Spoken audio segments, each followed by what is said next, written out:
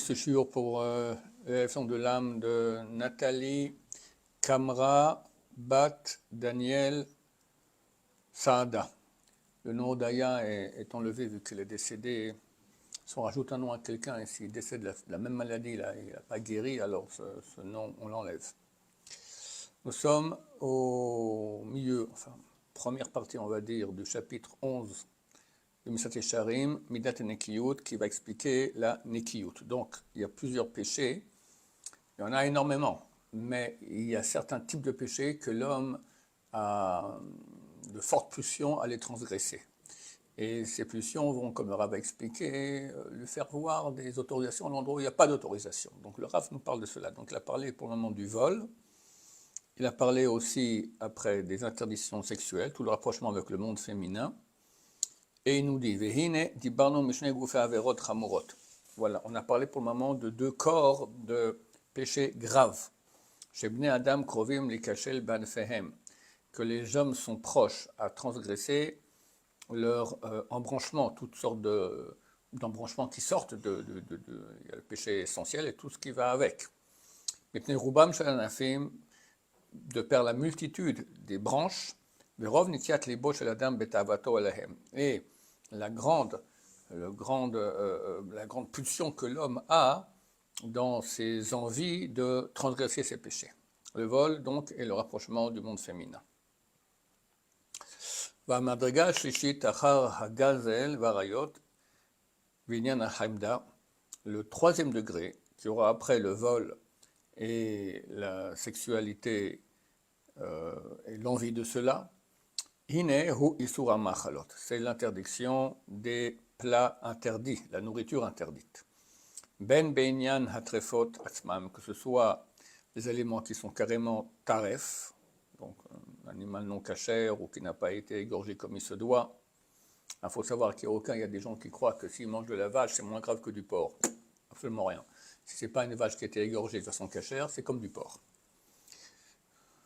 Et des fois plus grave, parce qu'il y a des graisses dans la vache qui sont interdites par une sanction de karet. Karet, c'est retranchement de l'âme, c'est très très grave.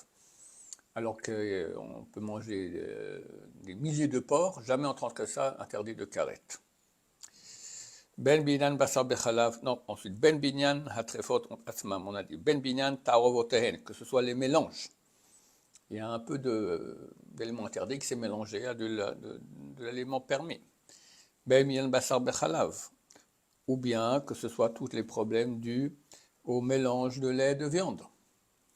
Ou chelev et dam, chelev, comme j'ai dit, les graisses interdites, qui sont dans les aliments cachers. Vadam, le sang. Très souvent, il y a une grande boucherie à Paris qui réussit très bien, parce qu'elle vend de la belle viande rouge, et en fait, quelqu'un qui a travaillé là-bas m'a dit, c'est bien simple, pourquoi elle est rouge? Parce qu'ils ne font pas la salaison là-bas. Il s'est plaint au responsable, tout ça, on l'a fait taire et terminé. Et ça continue. Il faut savoir que le sang, c'est interdit à la consommation. Vidan bishulei goïm, une cuisson d'un aliment cachère par un non-juif, même si on est présent devant lui, il prend un steak cachère du badat, il le met dans la casserole, il allume le feu, il me fait un bon steak, d'accord? C'est pas cachère. Par le simple fait que le non-juif ait cuisiné cela, même si j'étais présent. Il y en a qui disent que si c'est ma cuisine et que je suis présent, ça va. Même si j'entre et sors, il a peur chaque seconde que je vais entrer ou sortir. Enfin, que je vais rentrer plutôt. Vinyan Gioule Goïm. Les ustensiles qui ont été utilisés par des non-juifs, de façon donc non cachère, qu'on utilise nous-mêmes pour y cuisiner notre plat cachère. Yain Niskam Stam Yenam. Yain Niskam, c'est le vin utilisé dans les services d'idolâtrie, dans les églises notamment aujourd'hui. Ils boivent le sang de leur idole. Ou Stam Yenam, tout vin qu'un non-juif a touché, il devient interdit à la consommation. Non seulement à la consommation, mais même au profit. Par exemple, maintenant, voilà, c'est les fêtes de fin d'année des goïms, d'accord? Très souvent, quelqu'un reçoit de sa boîte une caisse de vin, il veut la donner à son voisin. Interdit. Il faut verser tout ça dans les toilettes, d'accord? Pour en profiter. Kolele hanekiyut bahem tzarech dikduk gadol. Tout cela, être propre de ces péchés-là, il faut être très très pointilleux. Il faut beaucoup se renforcer. Car il y a la pulsion du cœur qui a envie des bons plats. Alors quand c'est super non cachère, d'habitude un bon juif il fait attention, mais des fois c'est cachère mais pas très cachère, ça veut dire quoi? C'est jamais complètement cachère, c'est-à-dire qu'on ne peut pas être certain qu'un plat est entièrement cachère, parce qu'il peut y avoir des milliers de problèmes qu'on n'est pas au courant. Et même quand il y a un bon hercher, alors on va dire il y a très peu de chances que ce soit non cachère, mais il y a quand même un pourcentage. Mais bon, on n'est pas des anges, donc on essaie de manger les aliments les plus cachères possibles. Maintenant, si on prend un hercher, mais qui n'est pas très bon, alors ça augmente la chance qu'il y ait des problèmes dans l'aliment. Et on a vu dans notre vie tellement de cas d'un élément qui est censé être cachère avec le tampon, et il n'est pas cachère. Donc il faut savoir que c'est pas du tout évident de banquer un tampon, que c'est cachère. Il faut un bon tampon, il faut faire bien attention à cela. Et là rentre le Yetzer Hara. Quand c'est un truc qui est certainement pas cachère, qui regarde cela, un bon juif qui est pratiquant, il ne va pas regarder cela. Mais quand ça devient un hercher moyen, et on a faim, et là, il n'y a rien d'autre à manger, alors voilà, le Yetzer commence, d'accord, le mauvais penchant. Et c'est là où il faut travailler sa nikiyut, être propre de tout péché.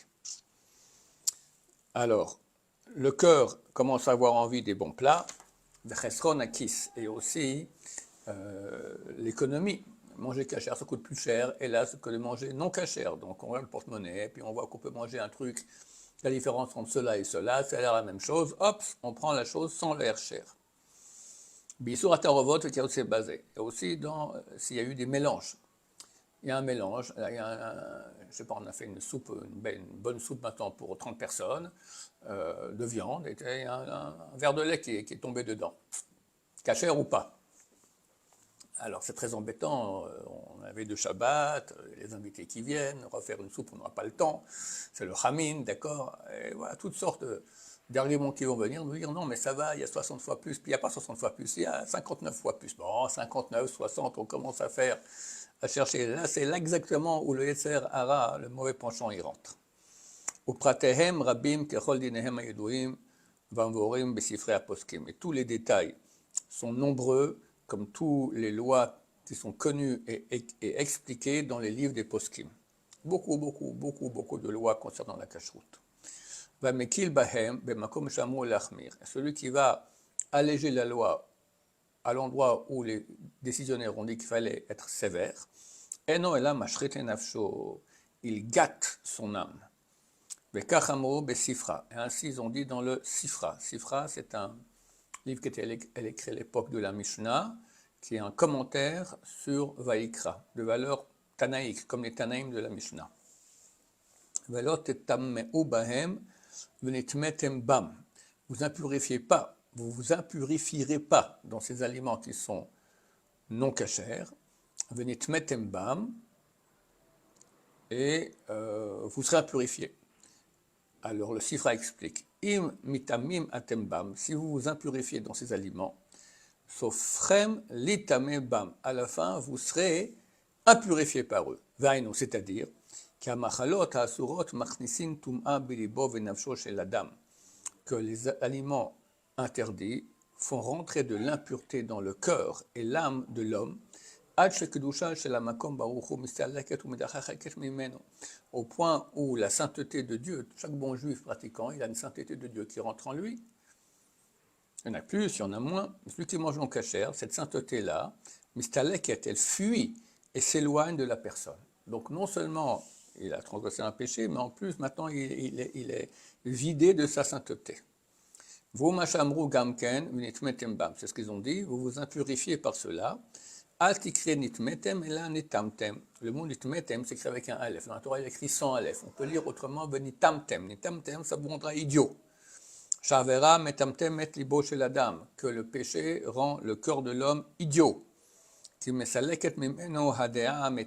elle fait partir de lui, disparaître de lui la connaissance authentique.